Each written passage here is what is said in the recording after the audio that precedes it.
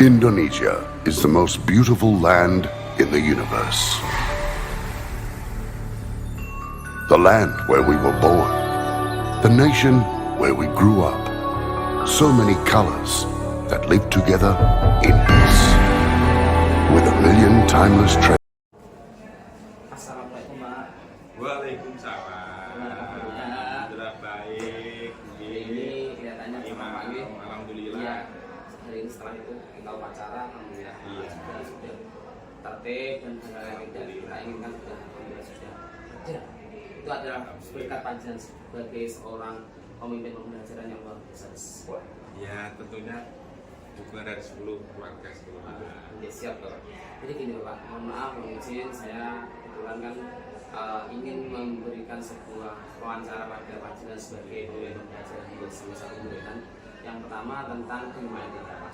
Jadi dilema etika itu adalah perbedaan tujuan moral mengambil keputusan menarik untuk dipahami. Jadi masalah dilema etika dan rujukan itu ditemui dalam pelatihan pendidikan, namun bisa bermanfaat untuk menghadapi berbagai masalah kehidupan. Jadi perbedaannya gini, Pak. Dilema etika itu adalah sebuah situasi di mana keduanya benar tapi bertentangan. Kalau rujukan moral itu adalah situasi ketika seorang dihadapkan pada benar ketika mengambil sebuah keputusan. Dan ini adalah salah satu bagian dari panjenengan sebagai pemimpin pembelajaran, pasti ada hal dilema etika. Mohon maaf, saya akan mewawancari panjenengan, nanti silahkan Bapak untuk menjawab sesuai dengan apa yang ada atau mungkin gimana kesehariannya. Mohon izin ya, Pak, ya. Ya, yang saya alami, saya rasakan. Siap, Bapak. Bapak, selama ini bagaimana Bapak mengidentifikasi kasus-kasus tentang dilema etika atau rujukan moral? Terkait itu saya terlebih dahulu turun ke lapangan, melihat kondisi yang sebenarnya seperti apa, sebelum mengambil keputusan. Dan kita kembali pada aturan yang ada. Ya. Jadi memang kita harus kepada aturan yang ada meskipun ada hal-hal yang mungkin di luar aturan ya, Pak, ya. Oke. Yang kedua, Bapak, selama ini bagaimana Bapak menjalankan pengambilan keputusan di sekolah, terutama untuk kasus-kasus di mana dua kepentingan yang sama-sama benar dan mengandung nilai kebaikan? Terima kasih. Kali lagi di awal kami sudah sampaikan bahwa itu adalah kita berdakwah sebagai patokan kita mengambil keputusan. Nah, namun demikian kami juga harus mendengar dari rekan-rekan kerja, utamanya kita, guru senior, kita ajak komunikasi untuk keputusan. Pernah melibatkan komite atau gimana, Pak? Tentunya seperti itu. Kalau kaitannya dengan menyangkut kepentingan bersama terkait dengan siswa dan menyangkut juga wali murid seperti itu, komite saya untuk komunikasi. Jadi semua aspirasi itu ditampung, setelah itu akan dimusyawarahkan bersama, Pak. Barangkali seperti itu. Itu luar biasa. Terima kasih, Pak. Yang kedua, mungkin langkah-langkah prosedur seperti apa yang Bapak lakukan selama ini? Selama ini ketika kita ambil keputusan, kita kumpulkan dengan kita ajak musyawarah. Nah, kita berbagi mana yang baik untuk mengambil keputusan. Setelah itu, secara spontan kita sampaikan ke Jadi ketika ada beberapa masalah, tetap kita musyawarahkan dulu baru ya. Ya, terima kasih, Bapak. Terus kemudian hal apa saja yang selama ini dianggap efektif dalam pengambilan keputusan? Ketika kita ambil keputusan yang efektif adalah secara spontan.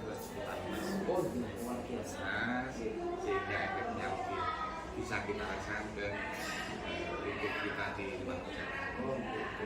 Jadi secara tidak langsung Bapak langsung ambil keputusan secara spontanitas tentang apa yang akan karena memang kalau tidak seperti itu nanti kita menunggu ya, khawatirnya nanti permasalahan semakin memanjang dan memanjang lebar sehingga nanti kurang efektif ketika kita siap, luar biasa. Iya, Bapak. Terus kemudian hal apa yang selama ini merupakan tantangan dalam pengambilan keputusan, Bapak? dalam hal terkait mengambil keputusan ya tentunya ada tantangan gitu. Ada tantangan kita itu setiap personil tidak sama dalam mengambil dari internal dan eksternal. Betul, ya. Di internal sendiri kita juga harus menyesuaikan seperti apa. Namun ketika sudah kita ambil keputusan itu harus kita taati bersama, Oh, iya, kita patuhi bersama. Oke. Jadi pahamnya adalah setiap keputusan itu harus semua warga sekolah, baik itu siswa, guru dan sebagainya harus mematuhi. Betul. Oke. Jadi memang itu harus dilaksanakan bersama-sama. Oke. Komitmen dan SNB. Terima kasih Pak, luar biasa. Terus kemudian Bapak, apakah Bapak memiliki jadwal tertentu dalam sebuah penyelesaian kasus suatu permasalahan? Kita lihat dulu seperti apa permasalahan itu di tingkat siswa atau di tingkat tenaga pendidik dulu Oke. kan. Ya. Itu. Jadi dianalisa dulu Bapak ya. Iya, kita analisa dulu. Kalau di tingkat siswa ya tentunya guru BP kita tidak bisa terus langsung ke sana. Kita minta, kita mohon sesuai dengan tupoksinya guru untuk bekerja. Oh ini. Jadi memang sesuai Bapak sebagai pemimpin pembelajaran itu mampu memberikan tupoksi masing-masing kepada porsinya Pak ya. Jadi biasanya tidak selalu dipegang oleh kepala sekolah, tapi memang sesuai tupoksi yang masing. Terima kasih Bapak. Kalau di tingkat pendidik dan dalam pendidikan ya tentunya kita bersama dengan rekan-rekan kepala sekolah kita selesaikan itu. Tentunya kita tidak lepas untuk mencari solusi terbaik dalam hubungan dengan OPD. Luar biasa. Jadi solusi terbaik, win-win solution untuk betul-betul bagaimana sekolah itu kondusif dan betul-betul sama-sama kita melayani siswa Pak ya. Inti dari pembelajaran kan melayani siswa. Oke, terima kasih Bapak.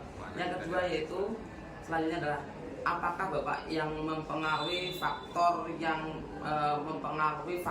ketika mengambil sebuah keputusan Pak? Faktor apa yang mempengaruhi panjenengan untuk ketika mengambil sebuah keputusan? Faktor intern atau ekstern? Tentunya dua-duanya berjalan bersama. Oke. Intern dan ekstern untuk mengambil keputusan. Kita kembali ke norma dan etika. Oh iya, siap, luar biasa. Jadi ketika mengambil keputusan itu Bapak betul-betul memperhatikan dua faktor-faktor yang ya, karena memang nanti kalau tidak diperhatikan khawatirnya ketika mengambil keputusan itu ada hal yang tidak pas di dalam setiap keputusan itu. Terima kasih. Selanjutnya adalah dari semua hal telah disampaikan pembelajaran, apa yang Bapak petik dari pengalaman selama mengambil sebuah keputusan dan etika? Terima kasih Pak Imam. Di suatu lembaga itu berbeda permasalahan yang muncul. Saya sudah sejaknya 5 sekolah sebagai guru yang juga sebagai kepala sekolah, tugas tambahan. Kita kembalikan ke tadi etika, norma dan sebagainya. Ya, terus aturan itu kita pegang untuk mengambil suatu keputusan terbaik. Tentunya tiap lembaga berbeda. Setiap lembaga berbeda, sehingga kita harus bisa juga memahami apa yang berkembang di lembaga. Jadi pengalaman Bapak selama di sekolah-sekolah itu bisa dijadikan suatu hal yang baik untuk lebih baik di dalam lembaga yang Jadi memang selama ini saya melihat Pak, untuk SMP 1 Murina ketika jenengan sebagai seorang pemimpin pembelajaran luar biasa dalam hal tingkat kedisiplinan, dalam hal tingkat prestasi dan dari sebagai faktor intern, ekstern dan sebagainya. Memang dalam sebuah lembaga itu pasti ada pro dan kontra, tapi di satu sisi panjenengan sebagai seorang pemimpin pembelajaran mampu memutuskan. Saya bukan apa-apa tanpa dukungan dari seluruh warga sekolah. Tentunya kan ya kita semua. Iya, saya, okay. Jadi memang Pak, ibarat kita itu mempunyai kapal itu tetap nahkoda itu paling utama. Ketika nahkoda tidak ada, bagaimana arah kapal itu akan berjalan? Iya. Jadi terima kasih. Siapapun bisa Pak, bukan hanya saya. Tapi lembaga ini sangat besar dan punya potensi yang luar biasa dari semua warga sekolah, utamanya Bapak Ibu guru.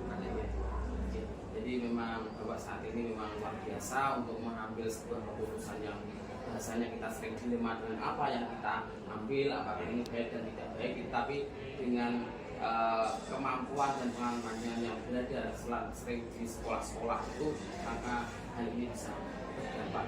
Terima kasih Bapak atas waktunya wawancara. Mudah-mudahan kita bisa bertemu lagi dan bisa berjalan terus, karena saya yakin bahwa adalah salah satu bagian dari leader transformasi pendidikan untuk dia juga Pak Imam ke depan semakin sukses lagi. Amin amin ya Bapak. Dalam keilmuannya. Mohon bimbingannya semuanya pada Bapak. Sama-sama. Terima kasih. Salam warahmatullahi wabarakatuh. Ini untuk saya Pak ya. Yes.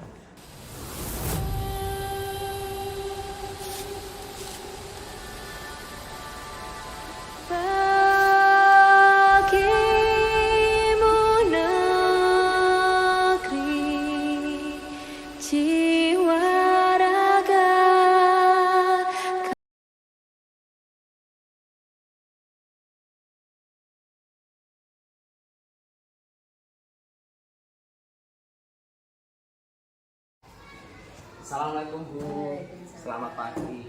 Bagaimana kabarnya Bu? Alhamdulillah. Ini SD panjenengan adalah kepala sekolah SD.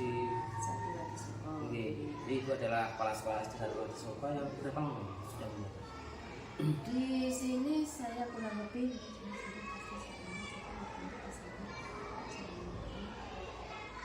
sudah 9 bulan. Oke, 9 bulan. Jadi bahasanya di 9 bulan itu banyak pengalaman, mungkin suka duka dan bagaimana sebagai seorang pemimpin pembelajaran gitu ya. Jadi Ibu sebagai leader di sini otomatis kan banyak sekali hal-hal yang mungkin yang disebut dengan dilema etika. Jadi dilema etika itu pada dasarnya adalah salah satu pengambilan keputusan terhadap sesuatu masalah yang ada di sekolah. Jadi dilema etika itu ada dua, yaitu dilema etika dan kejujuran moral. Kalau kejujuran moral itu adalah kita memutuskan bagaimana benar dan salah. Kalau dilema etika itu benar tapi bertentangan. Sama-sama benar. Sama-sama benar tapi bagaimana kita, ya betul. Jadi seorang pemimpin pembelajaran seperti Ibu sebagai seorang kepala sekolah itu memang harus bisa bagaimana menentukan sebuah keputusan. Karena kan mau tidak mau sekolah adalah di bawah naungannya panjenengan, nakoda ibaratkan perahu itu harus ada nakoda yang bisa membawa nanti kemana yang lebih baik. Oke. Bu, mohon izin karena saya mungkin ini ada tanya-tanya wawancara sebentar kali panjenengan. Mungkin nanti bisa apa yang saya tanyakan bisa panjenengan dijawab dengan mungkin yang terjadi saat ini dan sesuai dengan apa yang Ibu alami. Oke. Pertanyaan pertama Bu, ini ingat, selama ini Bu, apa yang mengidentifikasi kasus-kasus antaranya perbedaan tentang bagaimana etika dan kejujuran moral? Menjadi seorang pemimpin kita kan harus tanggap, harus selalu peka terhadap semuanya. Jadi kita harus selalu Misalnya mengakomodir. mengakomodir Ya. permasalahan-permasalahan yang ada, kemudian kita mengidentifikasinya. Ini termasuk dilema etika ataupun kejujuran moral. Jadi sebuah masalah itu harus betul-betul diidentifikasi satu persatu ya. Iya. Oke Bu, terima kasih. Selama ini Bu, bagaimana Ibu menjalankan pengambilan keputusan di sekolah? Jadi terutama tentang kasus di mana kepentingannya sama-sama benar. Jadi bagaimana ketika Ibu mengambil suatu keputusan ketika ketika ada masalah yang di mana masalah itu sama-sama benar. Dalam mengambil keputusan kita harus bijaksana, tidak boleh hanya dari satu sisi saja. Kita harus melihat dari berbagai sisi. Dan kita harus mendengarkan masukan-masukan dari berbagai pihak, dari teman-teman guru ataupun dari pihak misalnya komite, itu bisa dimintai masukan untuk bisa mengambil keputusan yang tepat. Jadi pada dasarnya Ibu selalu mengedepankan musyawarah untuk di setiap permasalahan di sekolah. Itu luar biasa. Selanjutnya Ibu, langkah-langkah atau prosedur seperti apa yang Ibu lakukan selama ini dalam hal mengambil sebuah keputusan? Yang pertama tentunya tadi ya, setelah mengidentifikasi masalah, kemudian kita mengumpulkan atau meminta bantuan, minta masukan dari berbagai pihak, dan terus kita merenungkan dampaknya nanti yang ini bagaimana, yang sebenarnya bagaimana, kita ambil positif dan terus kita pilih yang terbaik yang akan dijalankan. Tentunya tidak akan memuaskan semua pihak, tapi paling tidak harus bisa membawa perubahan ke depan. Oh gitu, luar biasa. Jadi memang setiap keputusan itu pasti ada pro dan kontra, itu pasti ya. Manusia itu pada dasarnya kan tidak semua yang diinginkan itu bisa terakomodir. Jadi seorang pemimpin pembelajaran itu memang harus mampu mengambil keputusan meskipun kadang-kadang ada hal-hal yang membuat bahwa ibu guru dan sebagainya warga sekolah itu sakit hati atau gimana. Tapi dimana seorang kepala sekolah itu bisa membawa itu supaya tetap bisa kondusif. Terima kasih, luar biasa itu. Yang selanjutnya Ibu, hal apa saja yang selama ini dianggap efektif dalam pengambilan keputusan? Ini kita harus yang kadang menjalin hubungan baik, menjalin hubungan yang banyak harmonis dengan berbagai pihak. Karena dengan hubungan yang baik, tentunya mereka pun jika kita ada masalah tentunya akan bisa memberikan masukan-masukan yang berharga untuk mengambil keputusan. Jadi kita harus menjalin komunikasi dan hubungan yang baik antaranya warga sekolah supaya nanti ketika ada masalah itu tidak meluas dan tidak melebar dan sebagainya. Luar biasa. Bu, selanjutnya hal apa saja, apakah Anda memiliki sebuah tata kala jadwal tertentu? Jadi ketika Ibu mengambil sebuah keputusan, apakah ada punya jadwal tertentu? Tidak ada jadwal ya. Jadi mungkin kalau ada masalah ya kita harus cepat-cepat menyelesaikan supaya tidak kemana-mana. Jadi bahasanya ketika ada masalah itu keputusan itu tidak ada jadwal kapan diselesaikan, langsung spontanitas gitu. Karena apa?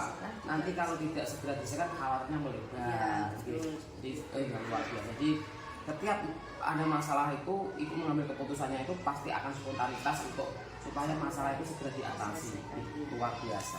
Baik Bu, selanjutnya adalah seorang atau faktor yang selama ini mempermudah Ibu dalam mengambil sebuah keputusan. Komunikasi. Komunikasi. Faktornya komunikasi. Hubungan yang baik. Mungkin ada faktor internnya adalah bagaimana kita menjalin komunikasi dengan baik dengan baik. Kemudian mereka terbuka jika ada masalah. Terbuka, terus mungkin menjalin komunikasi dengan komite, orang tua gitu. Jadi intinya adalah setiap keputusan Ibu ambil itu adalah komunikasi dan musyawarah. Jadi tidak secara pribadi sepihak atau ego sektoral sebagai kepala sekolah ya Bu. Terima kasih. Selanjutnya Bu, dari semua hal yang disampaikan pembelajaran yang dapat Ibu petik dari pengalaman pengambilan keputusan Ibu, apa Ibu yang paling berkesan saat ini dalam permasalahan yang saat ini berada di sekolah? Ya mungkin ada suatu masalah apa terus Ibu memberikan sebuah keputusan. Kemarin kan ada program sekolah baru. Ada program sekolah baru. Nah kemudian ada wali murid yang merasa keberatan. Merasa keberatan.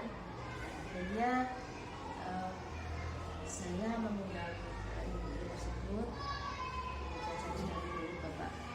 Yang koordinatornya itu untuk menjelaskan bagaimana atau permasalahan program sekolah itu yang sebenarnya. Akhirnya beliaunya setelah kami jelaskan itu mengerti terus malah mendukung. Luar biasa. Jadi ketika mungkin pada waktu itu kontra karena kurangnya komunikasi, dirangkul bersama di sekolah, diajak komunikasi, akhirnya malah mendukung. Itu adalah salah satu bagian seorang pembelajar ini.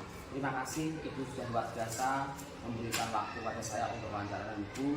Semoga SD 1 Ngati Soto terus jaya dan sukses di bawah pertemuan Ibu, dan Ibu juga bisa sebagai among dan momong terhadap baik murid, baik itu guru.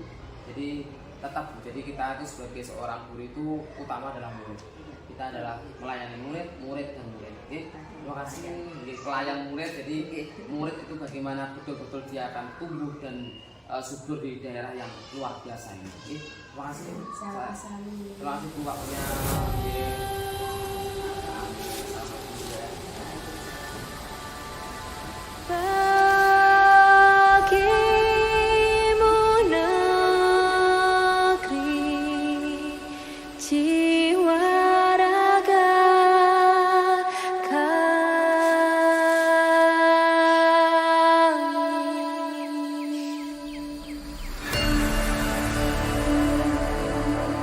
Indonesia is the most beautiful land in the universe.